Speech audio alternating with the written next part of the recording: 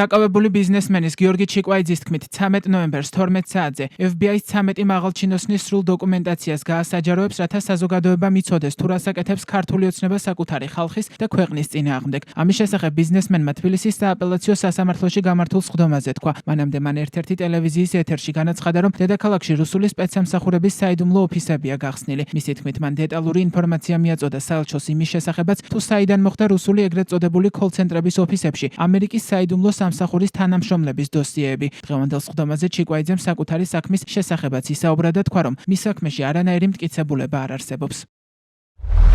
11 წლის წინ დაიწყო ეს საქმიანობა. 16 იახტა მყავს ჩამოყვანილი ერთი ბიძინა ივანიშვილის, რომელიც FSB-ში გააგზავნა. შემდეგ მათ მომთხოვეს, რომ ქვეყანაში უკანონო ნივთიერება შემომეტანა. პირველ ჯერზე ამაში მონაწილეობა მივიღე, მაგრამ შემდეგ მონაწილეობის მიღება აღარ მინდოდა. ხელისუფლება და კონკრეტული პირები ალიანსში იყვნენ ერთმანეთთან. ამის შემდეგ აჭარაში დაიწყო გამოძიება. აჭარის პროკურორი თბილისში მაშინდელმა გენერალურმა პროკურორმა ირაკლი შოთაძემ დაიბარა. ამის შემდეგ ეს საქმე გაქრა. როდესაც გენერალურ პროკურორად გიორგი გაბიტაშვილი დაინიშნა, ეს საქმე თბილისში გაცოცხლდა. ჩვენ გაგვასამართლა ჯალათმა კელენჯერიძემ, რომელმაც არც ერთი შუამდგომლობა არ დაგვიკმაყოფილა. შემდეგ მითხრეს ხაზარაძეს და ბაჩიაშვილს რა ვუქენით და შენ კაპიტალიც არ გაქვსო. ერთი მტკიცებულებაც არ არსებობს ჩემ საქმესთან დაკავშირებით. საზღვარზე ვნახეთო და აღკვეთის სასჯელად პატიმრობა გამოიყენეს. ბატონ სალიას მინდა მივმართო. გამოთხოვილი მაქვს ჩემი დოკუმენტაცია და გავასაჯაროებ 22 სექტემბრის ვიდეოს, რომელშიც ჩანს, რომ საკანში მსხდომ სამ პატიმარს დამცინავად ერთი ცალი კატლეტი შემოგვიგდეს. საზოგადოება მარიცის, რომ ციხეში ბევრი პატიმარი შიმშილობს, რომ ეს კაცი რამას ფირცხალავა კლდანის ციხის უფროსად არ დაინიშნოს. დღეს კობახიძე იძახის, რომ ნაცები აწყობენ აქციასო და ნაცი მოჰყავს ციხის უფროსად.